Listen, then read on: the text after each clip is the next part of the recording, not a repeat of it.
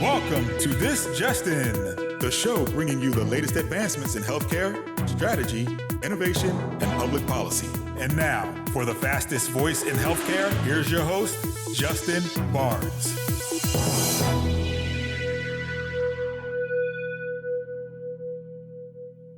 Thank you for tuning in. Welcome to This Just In. I'm your host, Justin Barnes. In these episodes, I bring you the latest advancements in healthcare, strategy, innovation, and public policy. As always, we're broadcasting from the This Just In studios on the Business Radio X network, as well as a Healthcare Now radio network, and my new network, the Health Podcast Network. I could not be more excited for this show, my 350th episode. And I don't have one, but two of my show's most frequent guests back to launch their new masterpiece, their latest masterpiece, Transform. Welcome back to the show, John Halamka and Paul Cerrato. Thank you, gentlemen. Thank you very much. Always exciting to chat with you. So really look forward to the discussion. Same here. I enjoy it as well. So first of all, Paul, where are you calling in from today? I'm about an hour north of New York City in a town called Warwick, New York. Excellent, excellent. What's the weather like? Beautiful? It's a little rainy, kind of rainy. Okay. And John, Dr. Halamka, where are you calling in from? I am in Unity Farm Sanctuary in Sherborne, Massachusetts. But people ask, do I live in Massachusetts? The answer is I live in the Delta Lounge. With over 500,000 miles of travel, I am wherever my laptop is. Exactly. I love it.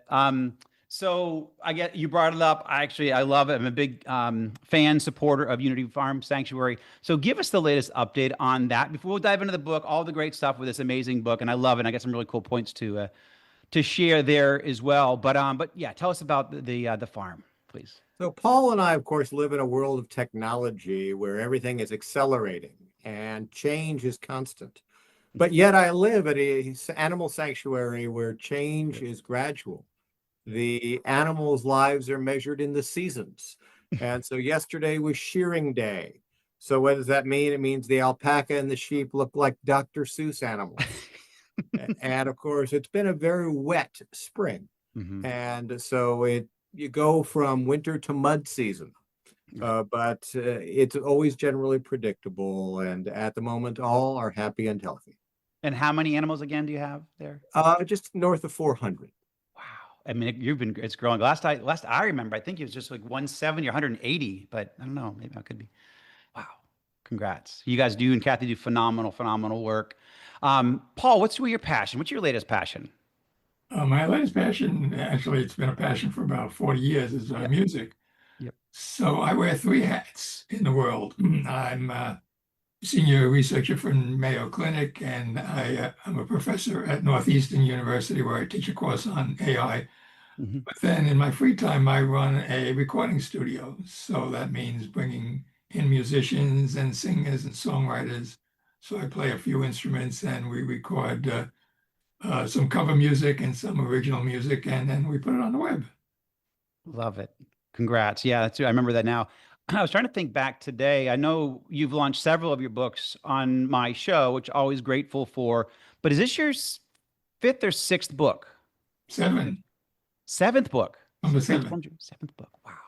Because I think I went back to my notes. Was it 2017 was your first one, or am I missing one? Or that sounds about right. Okay. Yeah, and it's 16th for me. But remember, I have been writing since I was 17 years old. And you can still find some of these old classics, on Amazon. There you go. I know. I actually went through. It's kind of cool just going through all my notes from even the very first episode that we did in your very first book. So I'm always grateful and grateful for it. So before we dive in, and set the stage, what was the greatest aspect or the most fun piece about writing these books, and certainly this book, but all the books? Like, what do you think about? So I guess Paul is one of the initial authors here. What's one of the most fun aspects about writing this book, or what do you think changes the most out there from this book? I guess the fact that the challenge is to take complex material that very often only a data scientist will understand, and translate it into plain English. And that's although it's a challenge, it's a lot of fun. And as I dig into it and I learn some of these complex ideas, it's a form of education. So it's like I'm constantly learning year after year, perpetual student, so to speak. Yeah. And from my perspective, just, some thoughts. All of us do our best every day to have an impact. But what you write is something you leave behind. And isn't it interesting, Paul, you and I lecture all over the world. I think people's memories are short, and in a year or two go by, they won't remember what you said or where you said it. But if you wrote something, that will be something that will last for decades. And I still get responses to the books that I've written over the years. So yeah, it has a long shelf life. Yeah, and I think, and to your point, Paul, which you brought up around simplifying extremely complex topics, that's exactly the kind of strategy that I would bring to Capitol Hill, and John, you did certainly as well, is try to make these very complex issues understandable to just the average staffer and the average congressional member or senator and whomever, or president for that matter. So, and you certainly do that. Because actually, when I was reviewing the book today before we came on air, and just how some of these topics you have made very simple for the average person to understand. This is not written for the healthcare insider per se. This is actually written for anybody could pick up this book as a consumer of healthcare and truly understand most of it. And also not just understand, but learn so much. I mean, I've been doing this now a long time as well, I guess 30 something years. And I think I have my finger in the pulse of a lot of stuff, but every time I engage one of your books, I learned a lot more. And I love that. That's kind of why I love living so well, is just because I get to learn every day. So your book brings it up. And even the personal aspect, John, of how you, and I know you mentioned this before, but how, Kathy's, her personal cancer journey that she went through. And that's when I kind of thought about that question, what's the greatest impact from this book? Because, you're going to save millions of lives. With this type of book, but also educating this about the innovation that you're working on with Mayo and so forth. That's kind of what came to my head, but what are your thoughts there? So, I'm an apolitical person, always been bipartisan. Mm-hmm. Yep. And so if you look at the New York Times this morning, there is an interesting article on populations and the future of the human race given low fertility rates. And the interesting question we all have is, if we are going to need healthcare, who's going to be there to deliver it? Right. And so as you look to the future where we're having longer lives, but there are fewer young doctors and nurses to care for us, it is imperative that we use automation so that those professionals we have practice at the top of their license. And really much of the book is asking that question. Yeah. How do we augment humans so they can deliver more care to more people in more locations? Amen. Love that. So kind of, diving in here, tell us about the Mayo Clinic platform. You kind of created that. Was that about 8 years ago, or how long ago was that, John? Yeah. So Paul, isn't it amazing how time flies? Oh no, am I way off? January 1, 2020. Oh, okay. Just 5 years ago. Yeah. Okay. So, right. Okay. And so the idea was straightforward, which was, if we are going to, as a society, leverage the privacy protected data of patients of the past, we better have a standard approach, not an ad hoc approach, so that we can bring in innovators, global innovators, large and small. We can find adopters, and those may be rural. Those may be those without ability to develop AI on their own, or they could be academic medical centers. They could be pharma organizations. And so curate the world's data, bring together the world's innovators, and disseminate it to get adoption with the ultimate impact of touching 4 billion people. So, as you say, it's been a 5-year journey so far. It's excellent. Love it. And Paul, you joined, my timing and time does fly, but about 2 years ago or so. When did you join? Well, that was 4 years. You joined 4 years ago. Yeah, 4 years. All right, I'm gonna stop with my guessing of my time frames. I've known John for so long. I did come across a picture of you and I, John, on stage. I think it was 2010. I just found it the other day. It's kind of cool. From we're at a White House, I think it was in the White House or briefing center or something like that. But anyhow, I've known, yeah, John a long time, so time certainly does fly. Yeah. Um, and then for those that may tuned in a little late, my special guests today are Dr. John Halamka and Mr. Paul Cerrato, and we are discussing the new masterpiece, Transform, their seventh book together. Did I get that right at least, finally? Excellent. So segment, talking about the book and how you guys parse it out. Chapter 1 starts with building the network. And so what network, why is this pivotal in reinventing healthcare?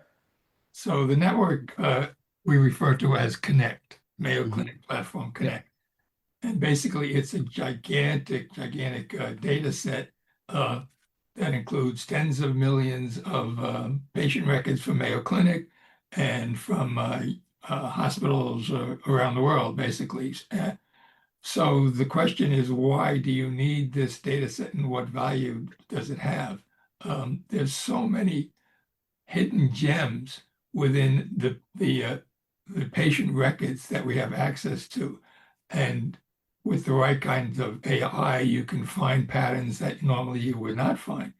So the example that came to mind is take something like pancreatic cancer. So that's one of the most deadly cancers because it is usually detected very late.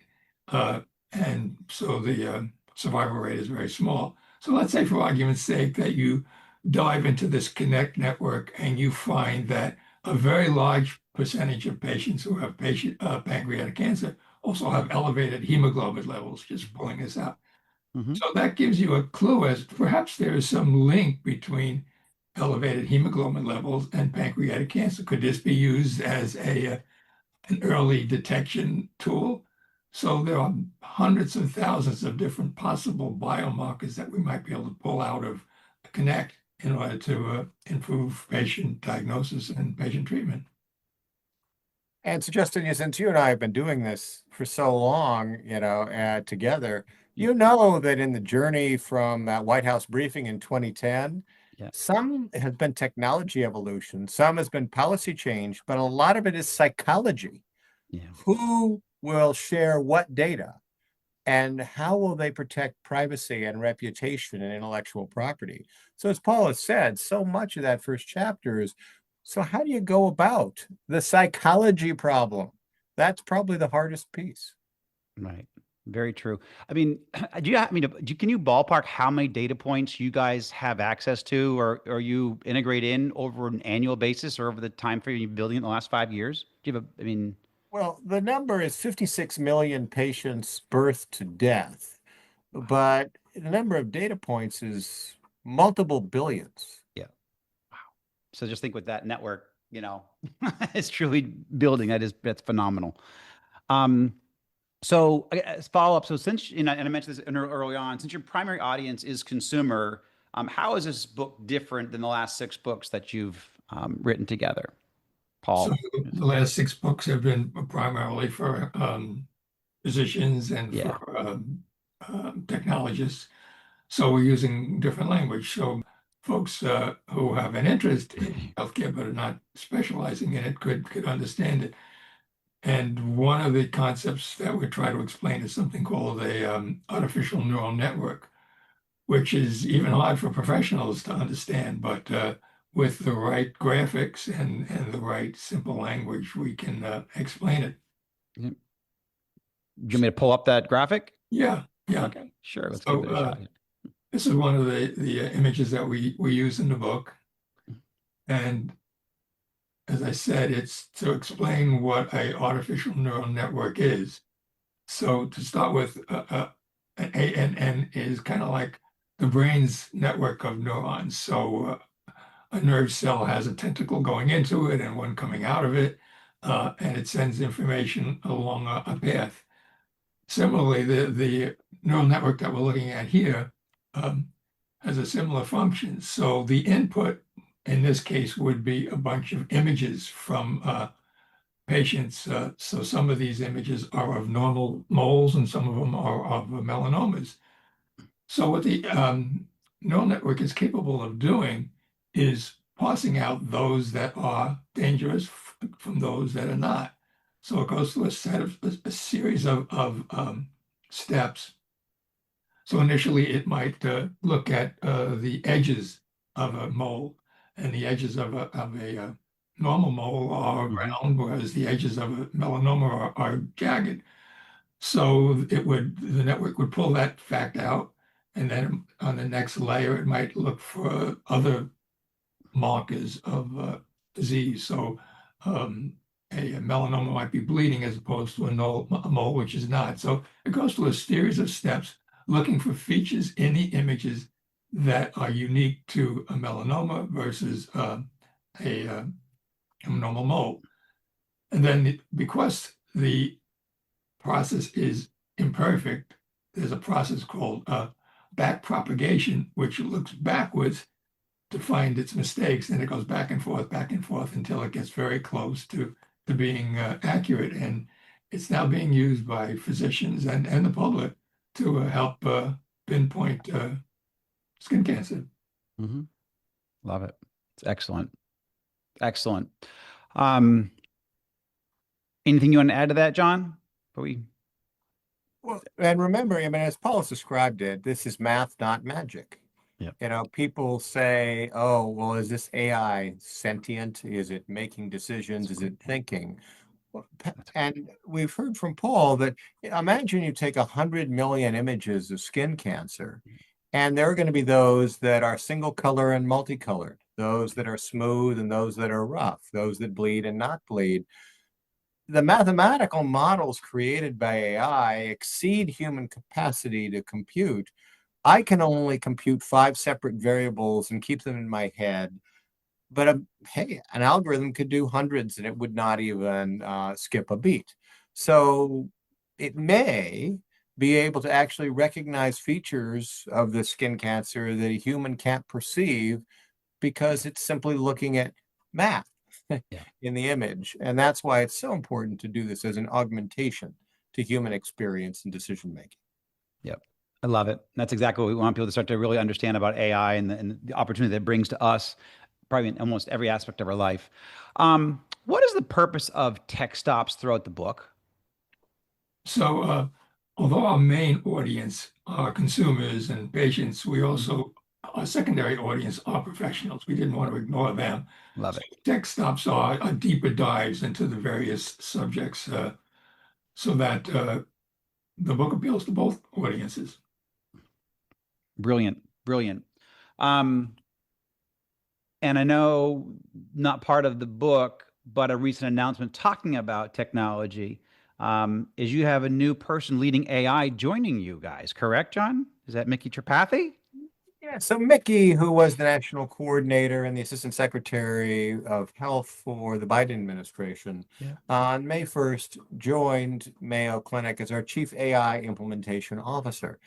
And you may ask, well, what does that really mean? There is a huge gap in society between the math, that is the finished algorithm developed in the lab, and it actually being used in the examination room. It actually being used to help clinical decision making. And so his role is to look across all of Mayo, platform, Center for Digital Health, information technology, our generative AI projects and digital pathology, find the treasures, as you've heard Paul describe, and make sure that they are adopted for their greatest impact while also minimizing harm. Love it. Yeah. Mickey's a longtime leader in the industry as well.